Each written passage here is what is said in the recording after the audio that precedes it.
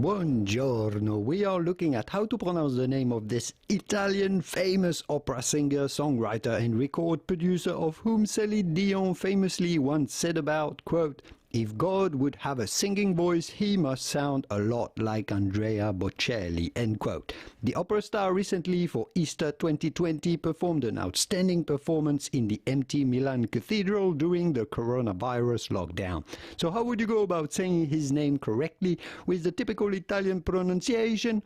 Andrea Bocelli. You do want to stress on the E of Andrea, and on the E and the double L of Bocelli. The C of Bocelli is certainly pronounced like CH, not like an S or a C. Andrea Bocelli. Andrea Bocelli. If you'd like to learn more about Italian words and names and how to pronounce them correctly, here are more videos that you may want to watch next. Arrivederci. Ciao ciao.